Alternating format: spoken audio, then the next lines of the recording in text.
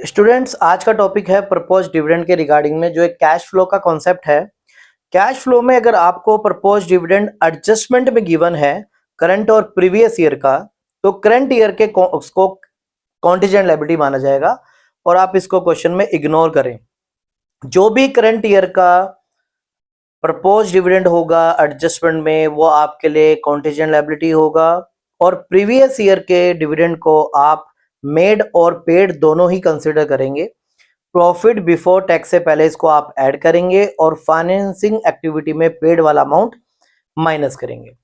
अगर एडजस्टमेंट में interim dividend आता है तो उसके लिए कोई अकाउंट बनाने की जरूरत नहीं है, यही आपका पेड होगा और यही आपका मेड होगा। मेड आप प्रॉफिट बिफोर टैक्स से पहले ऐड करेंगे और फाइनेंसिंग एक्टिविटी में पेड वाला अमाउंट माइनस करेंगे। इस तरह से एग्जाम में आता है। प्रपोज डिविडेंड जैसे आपको 2003 और 2004 का गिवन है, तो 2004 आपके लिए अगर करंट ईयर है तो 60,000 अमाउंट आप इग्नोर करेंगे, ये आपके लिए कॉन्टिजेंट लायबिलिटी है, राइट। अब 40,000 जो है अमाउंट, वही आपका मेड है और वही आपका पेड है। फाइनेंसिंग एक्टिविटी में आप इसको माइनस करेंगे और प्रॉफिट बिफोर टैक्स से पहले इसको ऐड करेंगे। क्लियर है? तो इस तरह से एग्जाम में आएगा, तो आपको इस तरह से ट्रीटमेंट करनी है प्रपोज डिविडेंड की। ये आपको अकाउंट से बाहर दिया होगा, तो ये एडजस्टमेंट का पार्ट होगा, तो इस बारे में ध्यान रखना एग्जाम में। दोनों ही पॉइंट इंपॉर्टेंट है।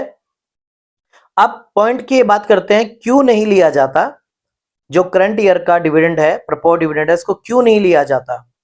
क्योंकि कॉन्टिजेंट लायबिलिटीज को तब तक रखा गया है, share holder declare the propose dividend in the annual general meeting. Share holders को एनुअल जनरल मीटिंग में आप अलाउ करते हैं, यानी इसके बारे में अप्रूवल देते हैं कि कितना दिया जाएगा। तो इसलिए करंट ईयर का जो डिविडेंड है वो आपके लिए कॉन्टिजेंट लायबिलिटी बनता है, जब तक उसको एनुअल जनरल मीटिंग में डिक्लेयर ना किया जाए। तो जब तक ये कॉन्टिजेंट लायबिलिटी रहेगा, उसके बाद ये डिसाइड हो जाएगा कितना पे किया जाएगा।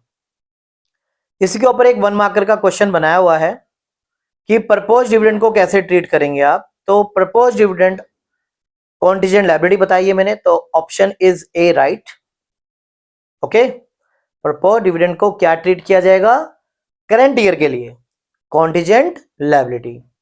और प्रपोज डिविडेंड के रिगार्डिंग में मैंने बताया कि कॉन्टिजेंट लायबिलिटी होता है, तो इसका कौन सा एएस हो सकता है? एग्जाम में 1 मार्कर का क्वेश्चन बनता है, तो accounting standard for the contingencies, right. और भी चीजों के लिए होता है, फिलहाल एएस 4 कॉन्टिजेंटीज के लिए है।